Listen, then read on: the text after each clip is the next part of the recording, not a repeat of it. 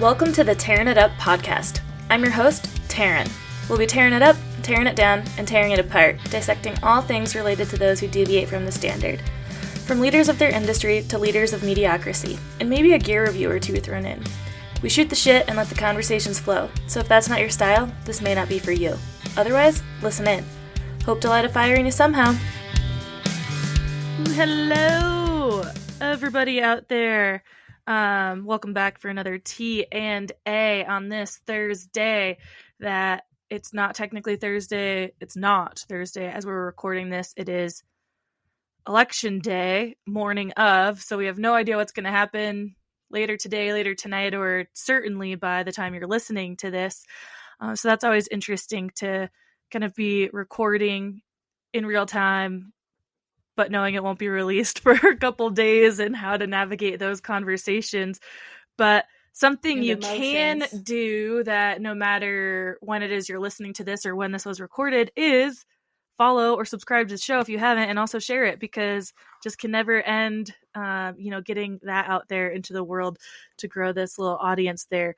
But to the more important things, which hopefully everyone was able to do their part and vote on Tuesday, and which I, full disclosure, have to still go do that today on my way to town after this to do that.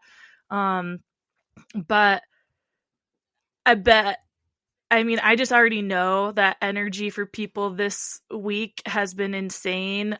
I've seen a lot of posts from people about like unplugging and turning off, especially on Tuesday, because there's just a lot of stress around it. I mean, so much is on this election. It reminds me of 4 years ago, for sure, or 8 years ago, I guess now.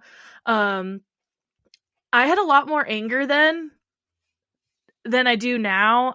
I don't know why. I don't know if it's just because maybe I've dissociated a little bit more this time, and I just feel in such disbelief that like we're here again. That I'm like, I don't know. It's hard to think about, but yes, of course I'm voting, but it feels like so much is out of our power that I feel like I have to turn off a little bit more than I did in 2016. But like I said, I was just so angry then. I think that anger's still there, but it's just a little dormant right now. And once we see the results of what happens, then maybe it will come back in full force. But I've just been maybe, like I said, dissociating and trying to believe that certain outcomes won't happen. And that if they do, it's just so hard to believe some of these things in them that could pass, and no matter what happens, I just am hoping so much that certain rights and privileges of people are not revoked, or we're not actually turning the clock back like hundreds of years on people's rights. And I just, it's a weird world we live in right now is all I can say. And I have no idea how I'll feel by tonight, by tomorrow, by the time people are listening to this or anything. But do you have any kind of initial thoughts in your brain right now, Amber? I really can't wait to have a female president. Love it. Just manifesting. That is just what I'm going for at this moment, and I can't wait to celebrate. And if things go the other way, we're in this together. Mm-hmm. It's all we can do. Yeah, and I'm really thinking of a lot of communities that I'm an ally for, that I'm tightly ingrained with, that I'm very, very close with, that if things do go the other way, that things will be really scary for certain communities and our female community. We are all in this together, and if it does go the other way, we're gonna have to be doing some like sneaky underground shit, uniting on all fronts and changing a lot of things on other levels.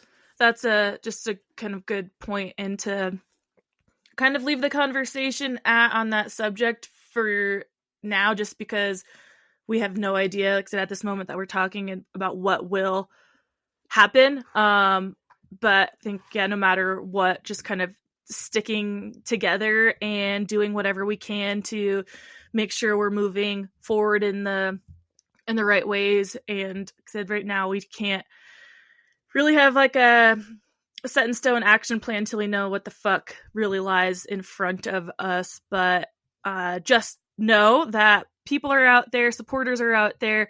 Find your community, I think, in any which way that it goes, because our political landscape is just so fucked that no matter which direction it goes, we're going to kind of be in this ugly place. I think for a long time, we're so divided in things right now that there's still a lot of threat on both sides for things. And for a long time, the person doesn't take office until like January and whatnot too. So I think it doesn't die down for quite a long time. So no matter what happens, which way we went, so just know you have community out there, and we still all may need that mental support either which way. But yeah, let's just hope for the fucking best. I just don't want to see everything go to shit. And like I said, it's the hardest thing. People run on certain topics and ideals,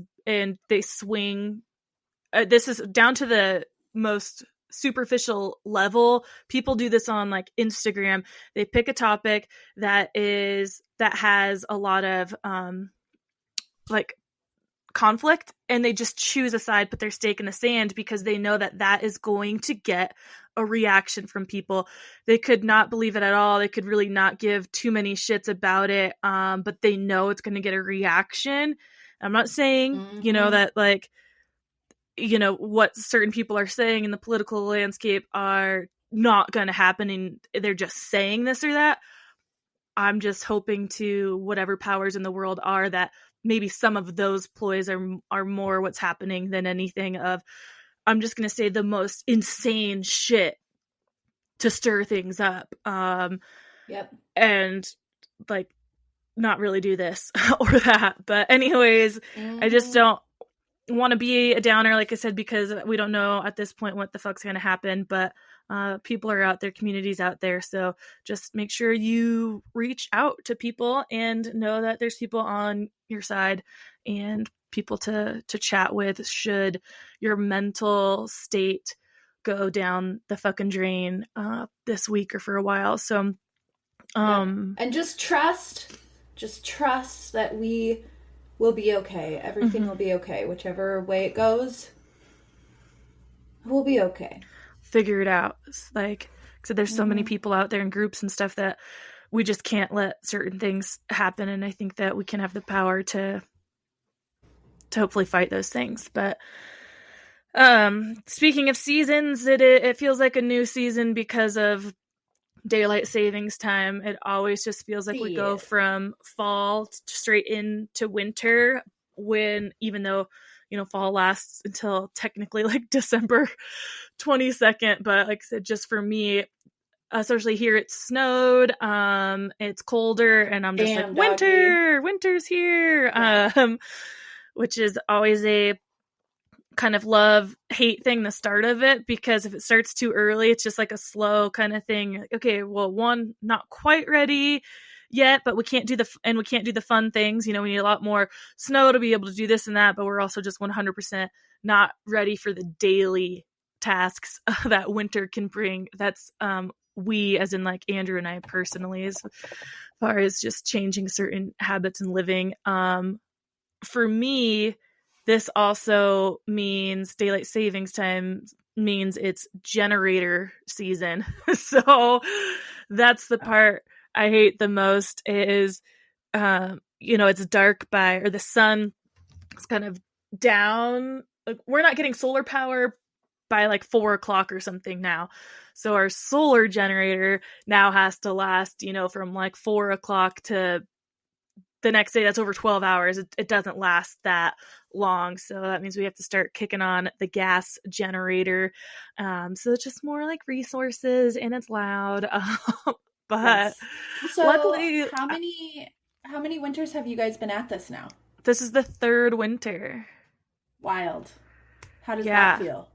It's crazy to think about, for sure. I mean, our first winter was insane. It was like the biggest year in a very long time around here. So we just always know that, hey, if we made it through that winter in our living situation, we will definitely be able to make it through like anything. So Plus, it ain't your first rodeo. yeah, it's, you know, every year It's it's your like, third. oh, I don't want to have to do another winter. It's not so bad though. It's really, for me, it's just, again, like the heat. We have to keep the heat pretty low, and I do miss just being able to like turn the thermostat up and being able to like warm up. Or, I just want a wood stove, which is something I've talked about before, I believe, and being able to put one in the fifth wheel would be just such a game changing thing, because for one, propane heat is wetter, and again, we only turn the heat up to like maybe 62 if we're like really trying to warm up, and that's only for a little bit of time. Mostly it stays between 58 and 60. And when you're trying to dry out soaking wet gear, that doesn't do it. I mean, we stay fine and I bundle up, but yeah, it'd be so nice just to be able to dry everything out. And I mean, one fucking piece of wood would like suffice to keep this tiny little place warm. We'd be like too hot most of the time, really. But God, it'd be so cool just to be able to run that in the nighttime, and we could potentially not have to run the generator, but probably still would have to for other power or whatnot. I don't know. It would save a lot of other resources and things, and like I said, just be able to dry things out would be super great and awesome. Yeah. And be warm as fuck. So one thing I complain about a lot is going to Andrew's parents sometimes in the winter, and it's so hot, like a sauna in there. But there's also times that I'm like, oh my God, like I don't want to leave. It's so nice to be like, to be in a t-shirt and not have to wear too long sleeves and a beanie and thick socks and stuff just around my house. But that's just us and humans in nature, always complaining about something. Nothing's ever quite good enough. Well, if it makes you feel any better, in solidarity, we have not turned on our furnace, and shit's cold, and we're bundled up, and yeah, we're holding out as long as we can. So. That's what happens. I remember, my dad doing that too and stuff. It's like not until there's like consistent weather at a certain temperature does it where you can like turn the thermostat on. But yeah, it's this whole daylight savings, like, it just kicks off a bunch of things. And also just right after Thanksgiving, or right after Halloween, it feels like it's the holidays already. I mean, I'm not even seeing Thanksgiving stuff. It's straight to Christmas things. People have their Christmas trees up. There's a bunch of gift guides out already. And I know we did one last year, and we did do one super late, like I think the week before or something. But I'm a late shopper anyways, and it's not like I have a bunch of people to shop for. We have also spoken about how we both just do minimal gifts and things. I don't know a lot of people who are out there shopping right now, because again, my people they don't have like huge families that they're shopping for or anything like that. They don't do big holiday things. So gift guides, to me, it's like, yeah, they're going to be late because I just do all my shopping late. And my family always has. I'm sure my mom was still out shopping on like freaking Christmas Eve, even as I was a kid. I wouldn't doubt it. So it's like, holy crap, how do we get here already? But yeah, being November 5th, first week in November, it's like, oh my goodness gracious. And that's just 2 months left in the year, which is again something we also have talked about, is the end of the year doesn't always mean much. And for me, that's because I associate it with like having been in school, or my birthday being in the summer, where it actually feels like it's only half the year is over, because you either like you just pick back up in school, or you're just same age. Like, it doesn't always feel like a brand new start or anything. It feels like you're just right still in the middle of what you were doing. Still, tomorrow is leading into whatever I was doing. But it is interesting to think about, like, just being in 2025 and just seeing the days on the calendar tick by. Like, God, it just doesn't stop. It doesn't slow down. And I bet for you having a kid, that's got to be just a whole different kind of mind warp than thinking about your own age or time. Dude, watching somebody else grow from a teeny tiny person to a full grown human being it's just so much more tangible. You can see it. As with us, like, we stay the same for the most part. You know what I mean? You don't really see much physical change, but with a tiny person, you're like, holy crap, you have big kid teeth in your head. You can read, you can write, you're playing soccer, you're having in-depth conversations, you're asking a lot of questions. You're a full human. A lot of questions. Yeah. And he asked me the other day what drugs I've done. Oh my God. What's he in, second grade? Or is it third? He's in third. Yeah. And I really try to be honest with Quincy, and so I told him. And I was talking to somebody about that, and they were like, you better be careful with that, because if they go to school and say, hey, my mom does cocaine. That's what I was going to say, is I totally get what you're saying and what you want to do by being honest with him, but at certain ages, it can be bad. Because, I mean, my brother did, I think he was in, like, kindergarten or first grade or something. You know, we always wrestled around and roughed house pretty tough with my dad and whatnot. He got a black eye one time, and the teachers asked him what happened, and he said, my dad hit me, and they called CPS. So they showed up to my parents' house, and so it just, like, they don't know, and he could definitely go tell a friend, like, oh, my mom's done like this and that, and a teacher hears it. And they have to report certain things, with whether they, you know, as a teacher. The fact is too, a lot of these teachers are our age or even younger, which is crazy to think about, because when I was in third grade and the teacher's assistant was 22, I was like, that's so old. And now I'm like, oh my God, there's like people out there teaching these children who are younger than me. But it's their duty to, like, have to report something when, like, so they may know, they may have been out with you doing that same thing that night, and they gotta go also tell Mr. Principal. Probably clarify for the record, I don't actively do cocaine. I have in my past done cocaine.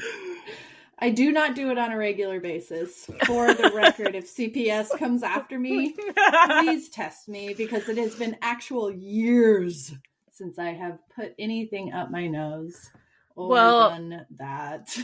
I mean, hopefully the drug dogs don't show up for you now, but I mean, come at me. The only things I do totally. are legal, so. Yeah, exactly. But that's got to be a hard line to walk as a parent. Like, so, like, trying to be honest, but knowing how they're going to interpret it, especially at certain ages. And everyone has their own opinion, first of all, on parenting in general, or whatnot. What's the correct age to talk about this, to talk about that? That's one of the huge topics in politics right now, is what's being talked about and taught in schools, and is this too early? Is this the appropriate time or place to talk about it? Let parents discuss it, this, that, and the other, right? So you can only do what you feel is right for you and your child and your household. So and that's the thing. It's like, it's between you and your kiddo. Like, every parent and child relationship is totally different. I don't think many parents would tell their kids what kind of drugs they've done, but not until they were like 30. I just probably too open, but also, like, I'm trying to create a very comfortable space where all questions can be asked. All truths can be told, you know, like, I'm just trying to create a very healthy, openly communicative space and place for my son, especially as we reach the teenage years, because so many other things are going to be coming up here very soon, and they can either go to a friend or the internet or come to me. You know what I mean? Well, So exactly. And I mean, also the thing is everyone's lived experience is different. So you have experienced a lot of things in your life, a lot of loss, a lot of addiction, and things motherhood within, dynamic. Yep. yeah, all these things in family. So you have this different experience with dealing with all this stuff, that when it comes to your son, you're going to use your past experiences of how did I deal with this when it was with so and so, when it was with this person and that person, that you're wanting to stay ahead of it in a way that you never were able to before. And everything you live and you learn, even if you did have like someone else, you have had someone else, that's the thing, who that you've dealt with these things before, but each person you're dealing with it with is different. So you can't do the same exact thing you did with this person, because it they might react differently. So it's just, unfortunately or fortunately, just depending on how you look at it, you have to pick a road, and you don't know if it's the right one until it's done. And if you choose to do that again, like I said, with something else or in a different situation, it's not always going to play out the same. So there's just no winning there. It's all a fucking guessing game. But everything's just a guess, and try it and hope it works out for the best. And if it doesn't, then hope you pick the next best route to recover from it. But there's a lot of times that, you know, when we look back, right, say, oh, if I know now what I didn't know then, I would have done this or that. But that would have led you to somewhere else anyways too. It's just, there's all lessons in the things. Some are harder to learn than others, and it really fucking sucks when you make a mistake that has really dire consequences and you cannot take anything back. But again, you just don't know. You don't always know when those are happening. Sometimes we do know that we've made a choice that is not a good choice, and we know it in the moment and we do it anyways. That's not great. But yeah, there's plenty of times where we just we couldn't have seen that the outcome would end up a way that it did. But much like this election, huh? Yeah, totally. Totally. Oh god. But I was gonna say, back to holiday times.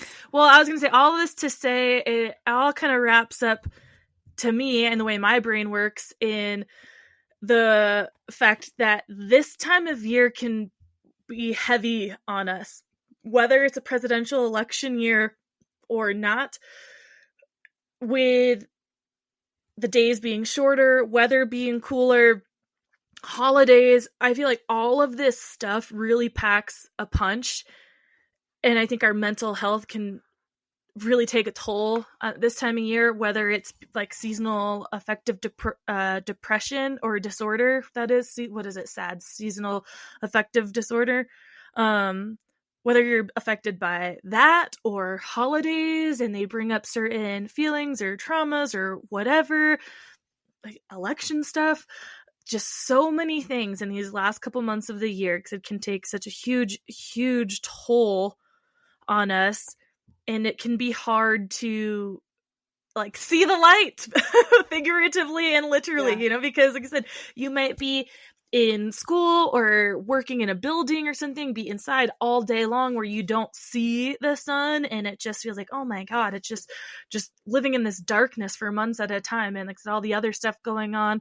I think it's a time of the year that we really do have to focus on our own mental health. But again, it's a time of year that we are forced, or it feels like we're forced to focus on others, because holidays, giving, like, think about this person, think about that person, not yourself. But it's like, no, if anything, this is where we should be like the most selfish, like protecting our fucking peace always. Always, but first and foremost.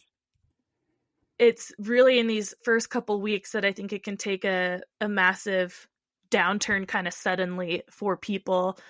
And I know for me, I've talked about this with when Angie Marie was on the podcast last year and we talked about like seasons and inner seasons and feeling what like your inner season, especially as women, how that can be throughout the month. Like literally 1 week is like a spring, a summer, a winter, a fall. And then you're also like, your body is moving through that with the real time seasons. And winter can usually be a time that's slower. And Ayurveda also talks a lot about this with seasons, and that talks about like eating things that are in season and doing things that fit the season better, like slowing down. We're doing more slow yoga. Maybe we're sleeping more, things like that, because that's just naturally what our body is feeling and craving. But we do know that that is not a reality for most of us. We cannot just decide that we're going to actually hibernate. You know, we have to still get up and do the same fucking thing for the same amount of hours that we do in the summer. And for me, the height of winter can actually feel like that summer energy, because I love winter. So yes, the days are shorter, but like when we have a good snow year, I mean, I'm busy. I'm loving it. I have the energy, and also plus work and coaching wrestling. Like it's not a slowdown season for me. It feels like a second summer, but it's winter. But there can still be things mentally that make it hard to keep going. So there's being dark or cold all day long and whatnot. And I think we have to just really keep in mind what it is that keeps us going and moving, and it can be harder to do those, like going to the gym or working out, because the mornings are colder and darker, or the evenings are colder and darker, and you just want to go home, you want to have that comfort food. So how do we stay on the routines that make us feel good when they suddenly have like no luster to them? And especially with the working out thing, it's like a both-sided kind of thing for me, where I'm like, I'm too cold, I don't want to work out, I don't want to move my body. But then there's this other side of me that's like, all right, I gotta move because I'm cold, and when I start moving, my body heats up and it feels fucking awesome. So it's like I get a little bit of both. Yeah, same. Well, it's the common thing we always say, like getting started is the hardest part. The hardest part is being in a like warm bed, or having the option for that warm, cozy spot and choosing to go do the more uncomfortable thing. And it can, in my opinion, be a lot harder in the winter, because you are imagining the coziness, right? You're just like, yes, I want to be cozy, I want to be warm, like, let me go make some soup and just chill the fuck out, versus let me go get sweaty, because I know that, as soon as I start moving, I'm going to be warm in no time. And when I'm sitting here cold, I'm like, I should work out because that will warm me up.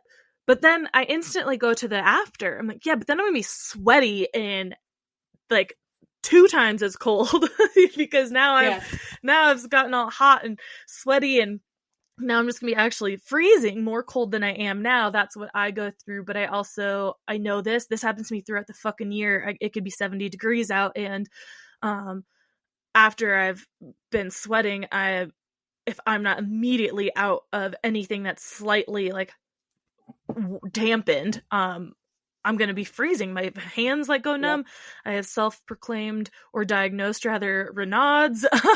So my fingertips can go like, I mean, that can happen to me hiking down something in the summer, but it kind of happened to me this morning. I was a little bit cold and I did not want to go to CrossFit because there was a run in the workout. Now I'm not sure the way I interpreted the run or the workout. It was just one big run at the end of this workout. It could have also been in the mix, but I'm like, there's no way you'd have to do that 8 times. So it has to be just like, it was a circuit workout, switching between a couple movements for 8 rounds, and then a 1,200 meter run. There was options for that. One was an 800 meter, but I feel like there's been a lot of running and I'm just so over fucking running. I'm like, I'm not fucking going, but I really needed to move my body and get steps in. So I was going to go for my little hill walk with my weighted pack. But there was a moment that I'm like, I'm cold. Like my feet are really cold. I don't want to go. But I'm like, well, I know as soon as I get walking with this pack going uphill, I'm going to be sweating my ass off and warm up. As soon as I got home, it was like complete change, bundled up. Like I did not wear that. I had a t-shirt on doing this activity, But yeah, as soon as I get home, big socks on, headband on because my ears were cold, two layers, like preventative. But I just knew not getting that movement in would be worse. But there's plenty of times I give in to like being cold and just wanting to stay cozy and not, because that's one thing too, is having to change into your workout stuff. You're like, burr. Yes. So it's a whole process. Yeah, totally. Whole thing. It's a mental battle throughout the year for me. But I do think in the winter I have to try a lot harder because that's when I know for sure if I'm not doing it in the morning, it will not happen. And that's because of the darkness so early. I already hate working out in the evenings, but especially if I'm planning on doing something at home where it's going to be dark outside, then I literally can't. Like, yeah, sure, I could go to the gym still at 5 or 6, but I know for damn sure I'm not going to walk up and down that hill at 5 or 6 o'clock at night when it's dark out because, one, here where I live at 7,300 feet of elevation, a lot of times you're in freezing temperatures. So yeah, it's just going to start to get slippery and slick out and stuff too. So, and I definitely don't want to come home then in the darkness and try to warm up. I'd rather just like get it done in the morning so I can hopefully win those battles more often in the mornings in the winter, because the chance is much greater of it not getting done in the afternoon in the winters than it is in the summer. But,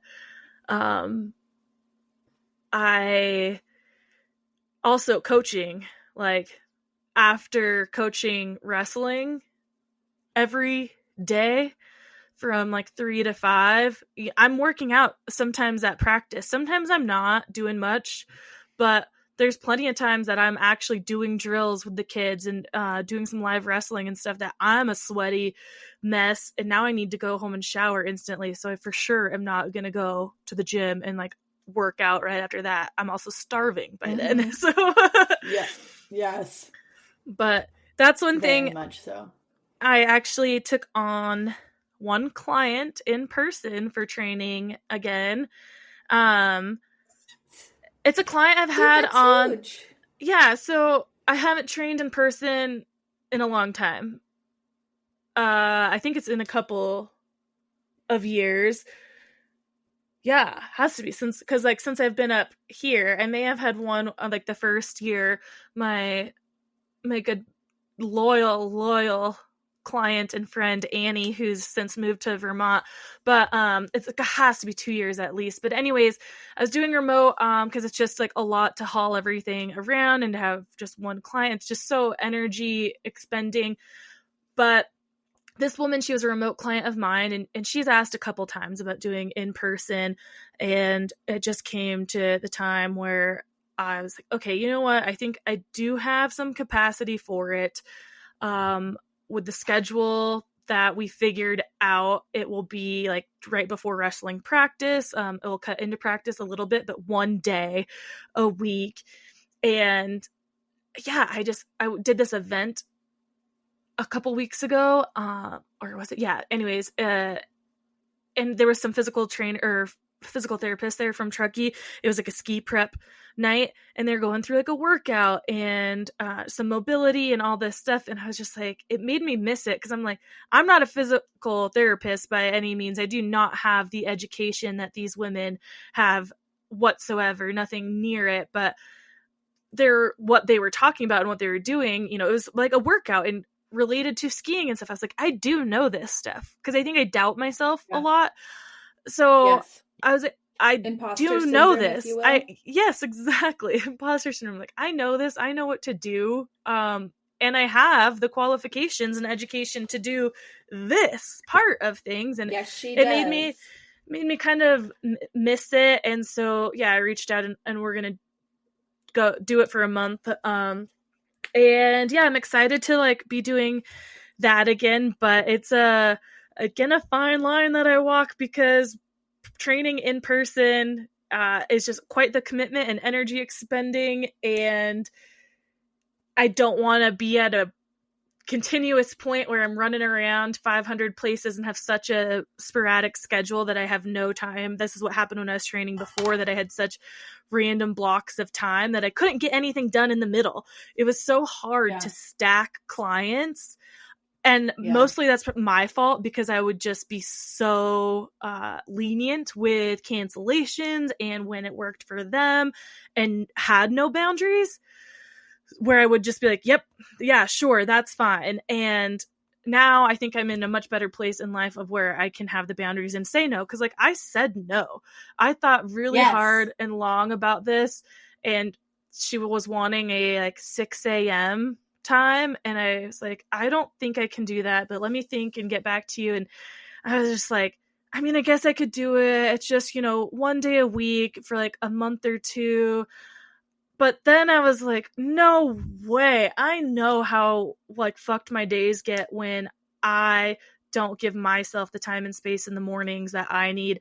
And this is what I did for years, was I taught early classes. I mean, I taught 5 a.m. and 6 a.m. classes. I had clients at 7 a.m. I did this for years. And then it totally, totally drained me. So I was like, no, the mornings are mine. They are mine. Even if it is just 1 day a week, like, no, I can't. And also that's the rest of that one day, scheduled around 1 hour of someone else's time. I'm like, why am I doing that? Why would I do that? Why wouldn't I do something that works for me? And now I can go train this woman and go right down the hill to wrestling practice, like, and have my time to make sure that'd be a long day of leaving my house by 5:15 in the morning and not getting home until 7 p.m. at night, unless I wanted to drive in the winter. Yeah. So yeah, anyways, point being that I am doing that. We'll see how it goes. Because I started to think like, maybe I should like teach again 1 time a week or something. But the winter, when Andrew has a lot of flexibility, it should be easier for me to commit to something, because I'm like, oh, he can work around my schedule. But we just have to see how things go. I got to get into the full swing of winter before I can get too crazy on making all these other commitments, because again, it just makes my schedule so stupid. Like 1 hour here, then 1 hour there, and 1 hour here, and that burns me out so quickly. It makes me a miserable person. So I have to be really careful about boundaries and actually hold them. But damn, is it hard?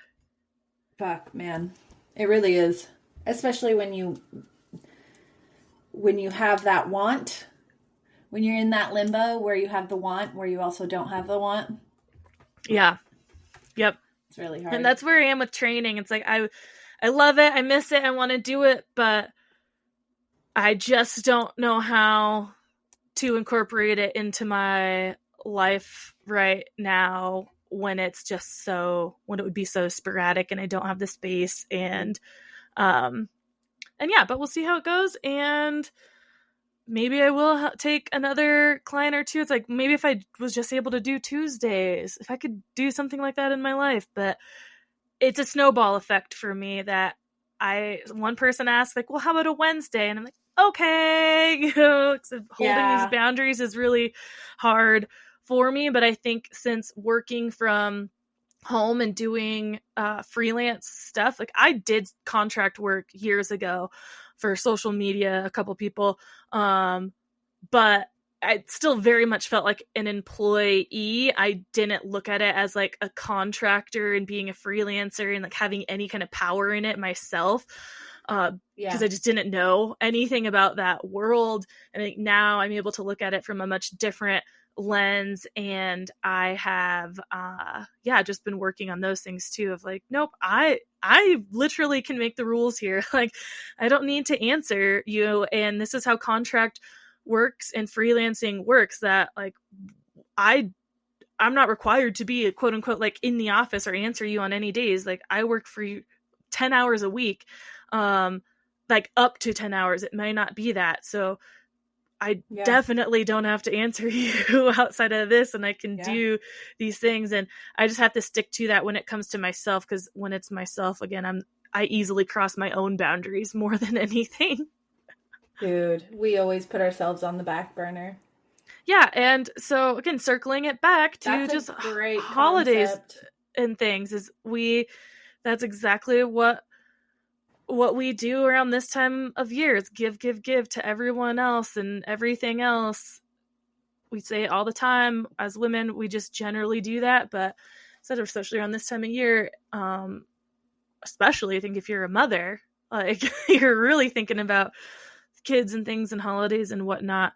Mm-hmm. But I don't have a whole lot of nuggets, I guess, for you, because it's hard enough for me, and it's something I work on still, like every fucking day, but about really protecting your boundaries, holding them, and remembering what the things are in your life that do keep you happy and moving and being a like productive human, and trying to keep that at the forefront of your mind through this kind of change in the year and in the seasons, as much as you can do it throughout the rest of the year, because this gets to be a hard time where we all slip into some sad slumps, but and so you have to work extra hard. A lot of food, yeah, which is fine. I mean, again, I think it's like, I was gonna say, burning the calories and like your body's craving it. Like you're busy, you're cold. When you're cold, you burn calories. Like your body craves more food at this time of year for sure. Yeah, I do think it's a natural kind of thing, because whether you like buy into this or not, but it is that idea of hibernating, you know, and like kind of bulking up for the winter type thing. It's just what your body is craving and feeling good. You want the warmth and the nutrients and things like that to survive winter. So, and I mean, I would say this year round: if you're fucking hungry, eat, you know, don't buy into this like, oh, I can only eat X amount of calories a day, blah, blah, blah. Like, if you're eating to the point that you're just gorging yourself and not feeling good, yeah, there's a problem. Or if you're just eating shitty food, candy all the time, that's one thing. And that's where I think we need to be careful around these times of years. It's not necessarily like eating more calories because we're craving it, but what are you eating? Are you eating a lot of junk and sugar and drinking all the cocktails and things because of all these parties? That's what gets us, is too much of like gluttony. And I absolutely fall into that category. I mean, give me a White Russian, all the peppermint mochas and things like that, pumpkin pie.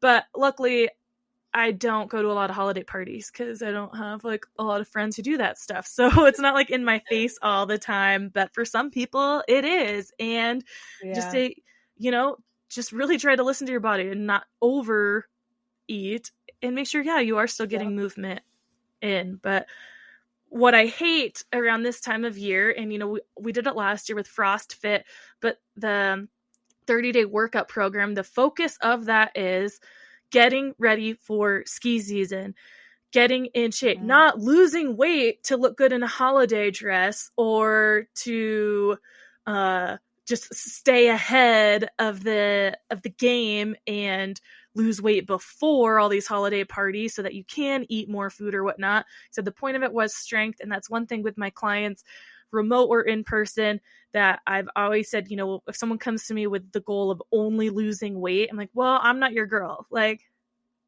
losing weight, if that's your number one priority, I'm not your girl.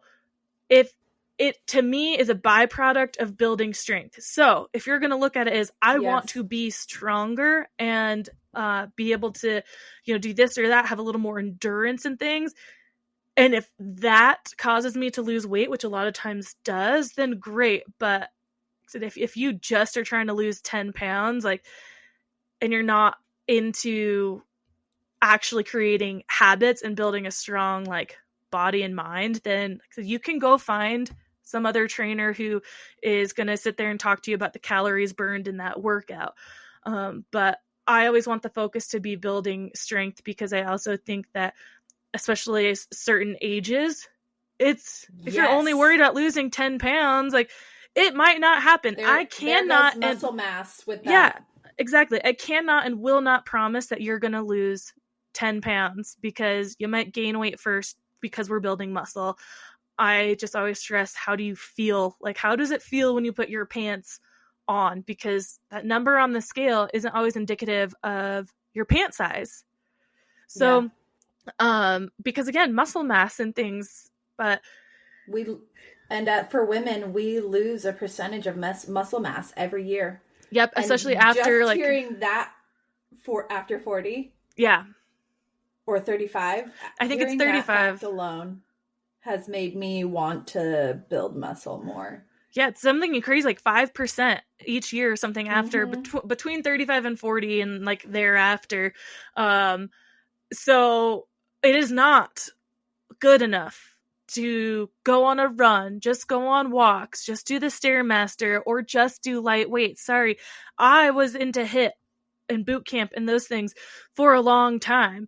And I think that's still great because it's still resistance training. You're still using some weight, but we really, really do need to look at using heavier weights. Like, don't just do the same thing all the time. Those 5 pound or 10 pound dumbbell squats, like they're doing something, but they, again, at a certain time, we have to put some more focus on. Like, you don't have to be building up to a, couple 100-pound PR or anything like that. But the reality is, to keep these skeletons strong, especially for women, we need to lift weight. And weight is more than that 10-pound dumbbell or body weight stuff. Those are great supplemental things. That's great if you're not doing anything else. And it's a great starting point.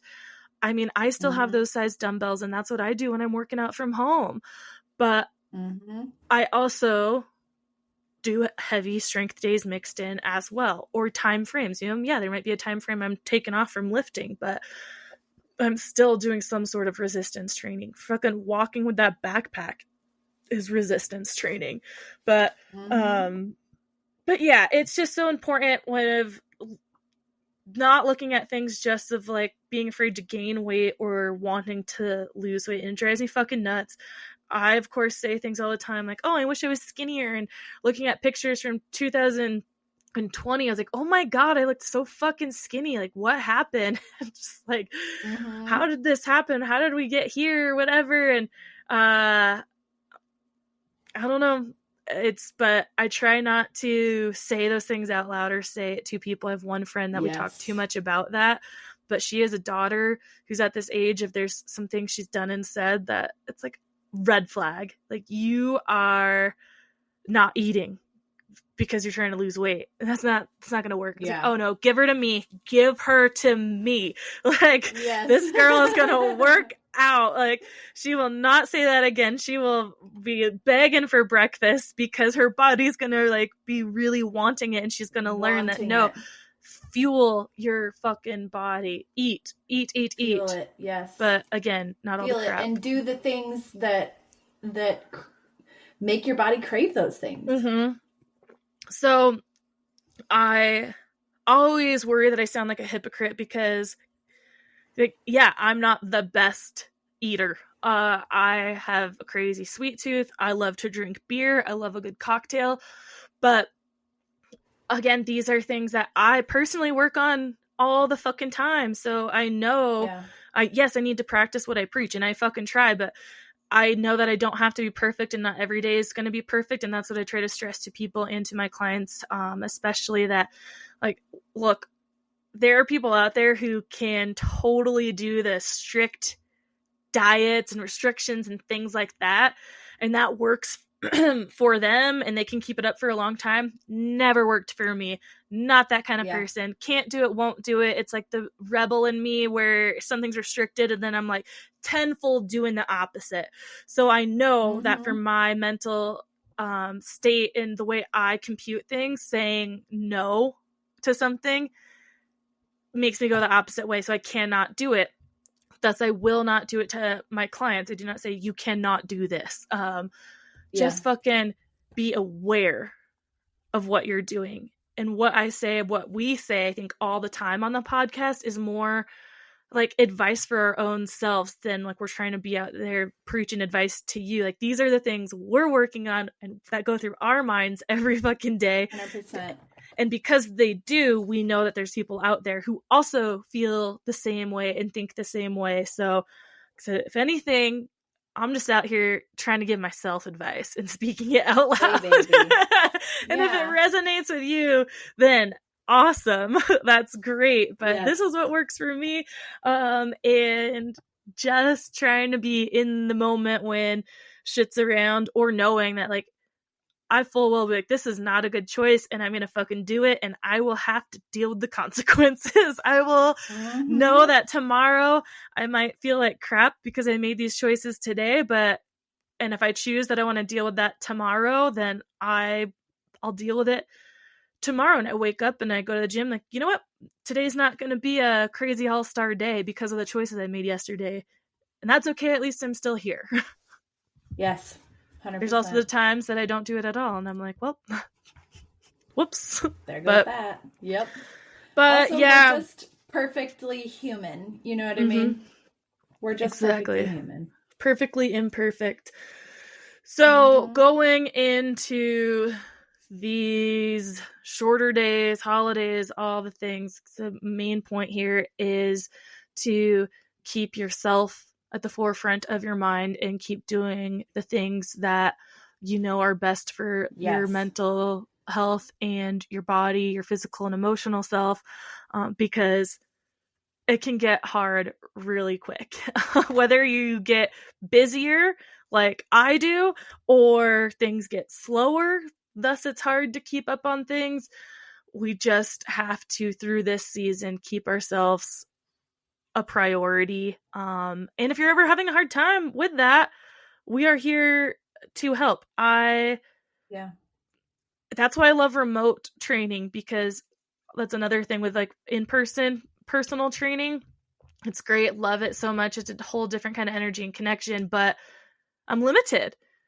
And that's with work in general. Like I'm limited to who I can work with. So I love the ability to be able to do remote training. And a lot of my training, like personal training, was way beyond just the 30-minute to 1 hour workout we're doing. Like the conversations I have with clients, we're talking about this shit, you know? Helping you work through other things by just being someone you can trust and talk to and talk things out with. Again, without trying to proclaim myself as a therapist by any means, just a friend and a listening ear. But yeah, if that seems like that's experience and knowledge in your field.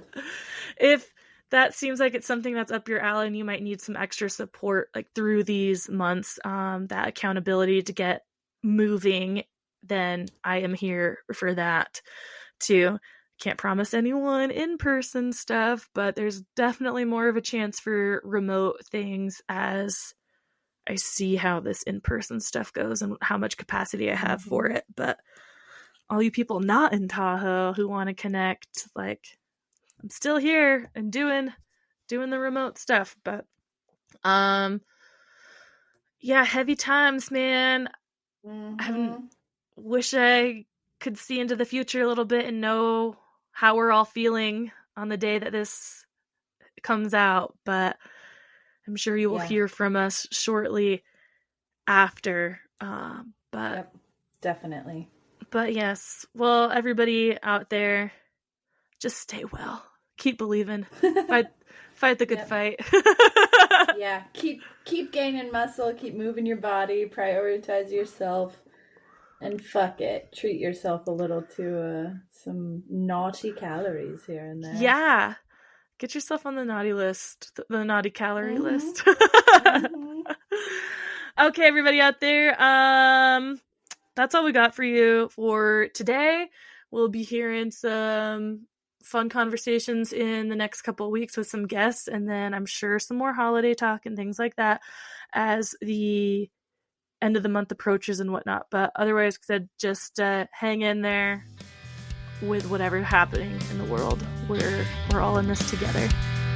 Yeah, we are.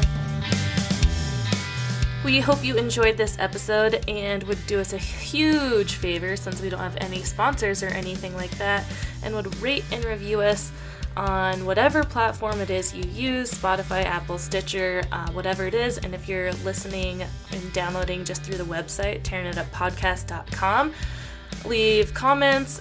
We'll definitely engage back with you. And on social media right now, we're just on Instagram. Tearing It Up Podcast is the handle. Like the post, share the post, comment on the post, whatever it is you got. Show us your love so we just stay relevant and show up in the rankings at all. So again, rate and review, please. And we'll see you next time. Thanks.